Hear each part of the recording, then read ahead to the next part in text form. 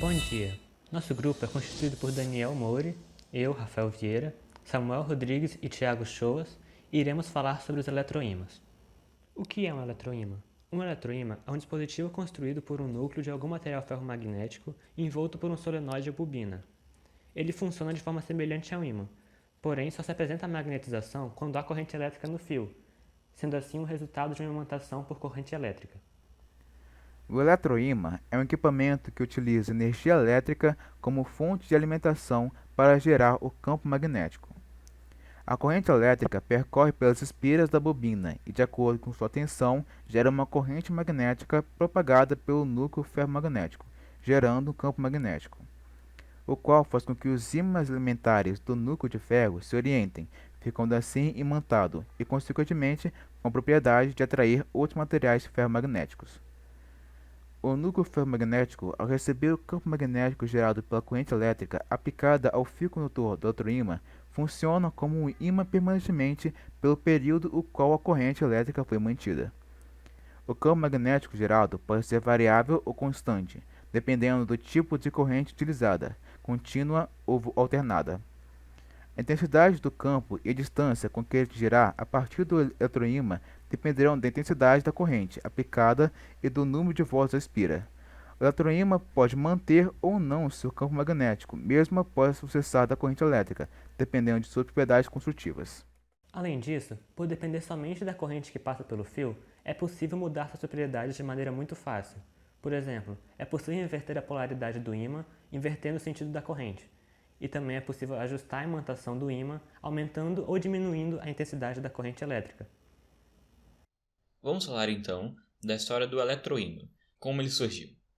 Bem, na passada do século XVIII para o século XIX, estavam acontecendo muitas descobertas e invenções na área da eletricidade e do eletromagnetismo. E são essas descobertas que levariam à eventual invenção do eletroímã. Podemos ver aqui que em 1785, o físico francês Charles Augustin de Coulomb desenvolveu a famosa Lei de Coulomb.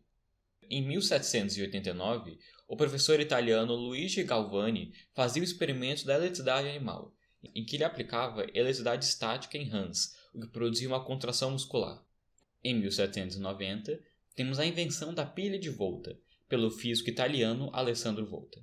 E também em 1820, o físico dinamarquês Hans Christian Ørsted descobriu em um experimento que uma corrente elétrica afeta uma agulha de uma bússola, criando campos magnéticos, sendo ele o primeiro cientista a encontrar a conexão entre a eletricidade e o magnetismo.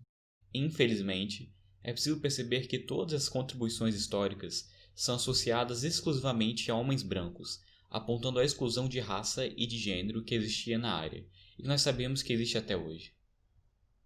Assim, todas essas conquistas científicas culminaram no ano de 1825, em que o físico e inventor inglês William Sturgeon, aproveitando a ideia de Ørsted, construiu um dos primeiros eletroímãs. Ele era feito de uma peça em forma de ferradura de ferro, embrulhado com uma bobina vagamente ferida de várias voltas.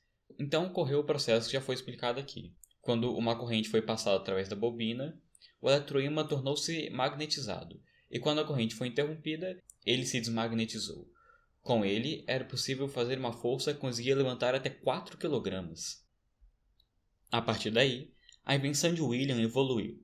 Abriu novos horizontes para a praticidade humana, nos permitindo realizar tarefas antes muito complexas em pouco tempo. Como resultado de seu trabalho, por exemplo, o inventor americano Joseph Henry produziu um ímã muito mais poderoso, que levou ao desenvolvimento de um sistema de comunicação eletrônica, conhecido hoje como telégrafo.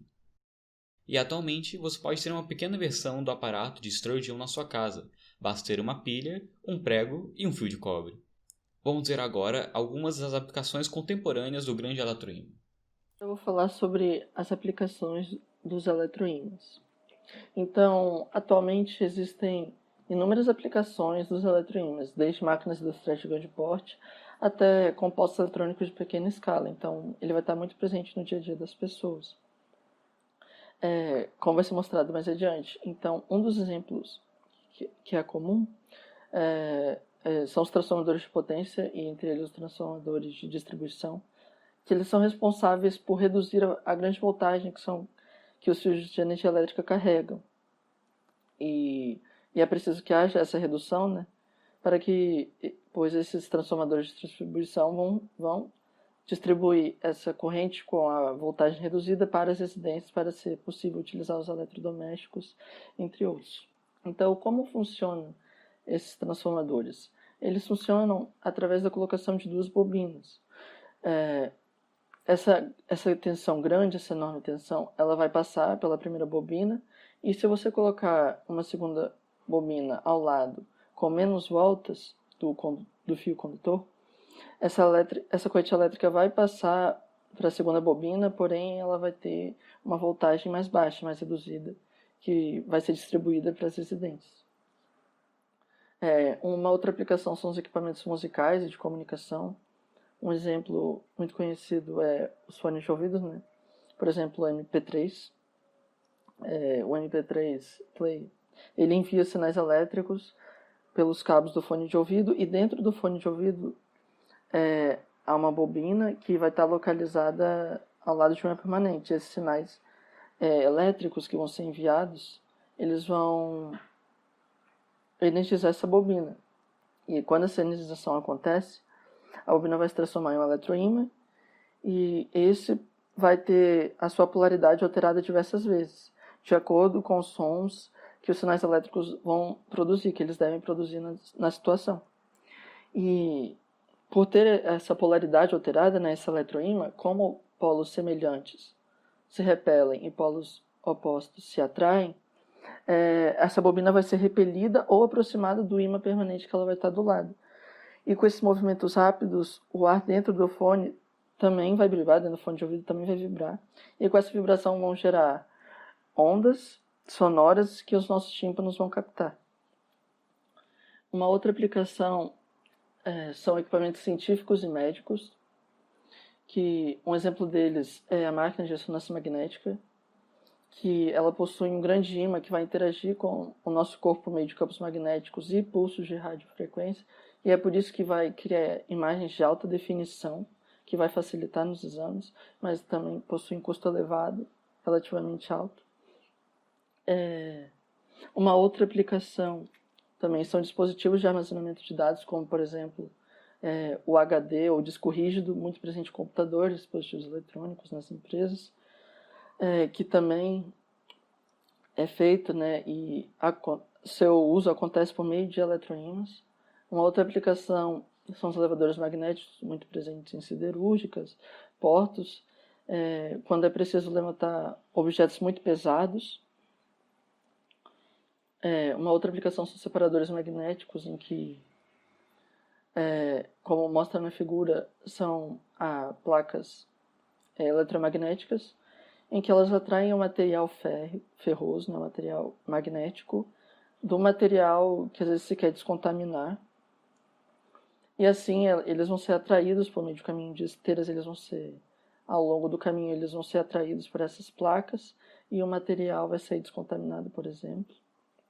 Uma outra aplicação é a levitação magnética ou maglev, que esse é o sistema dos trens, é um sistema de trens mais modernos, que ele é formado, né, por uma fonte elétrica muito potente, né, vão ter bobinas dispostas ao longo de uma longa linha, que é chamada de linha guia, e também vão ter grandes ímãs que vão estar localizados embaixo do trem.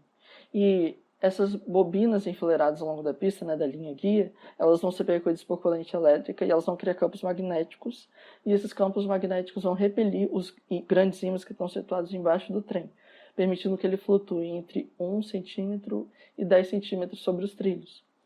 E com essa levitação do trem, outras bobinas que vão estar situadas dentro das parentes dessa linha guia, dessa grande linha, né, elas vão ser percorridas por corrente elétrica, que vão ser invertidas, e assim vão mudar a polaridade que quando elas são adequadamente invertidas, elas vão mudar a polaridade de magnetização das bobinas. E as bobinas, assim, vão agir nesses grandes ímãs e vão impulsionar o trem, que vai se deslocar eliminando os atritos que teria um trem convencional. Por isso que já foi testado, eles ultrapassam 500 km por hora. Por exemplo, o trem-bala do Japão ou da China, esse sistema, né? Uma outra aplicação também é o aquecimento por indução.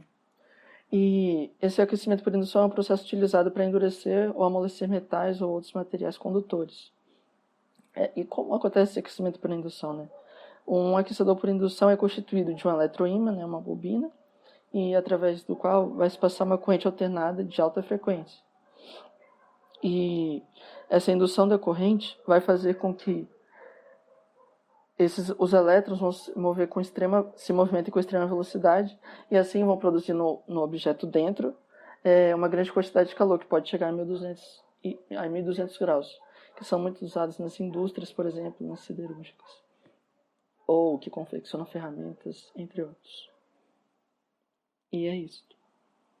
Então é isso. Aí estão as fontes de pesquisa e muito obrigado por prestar atenção.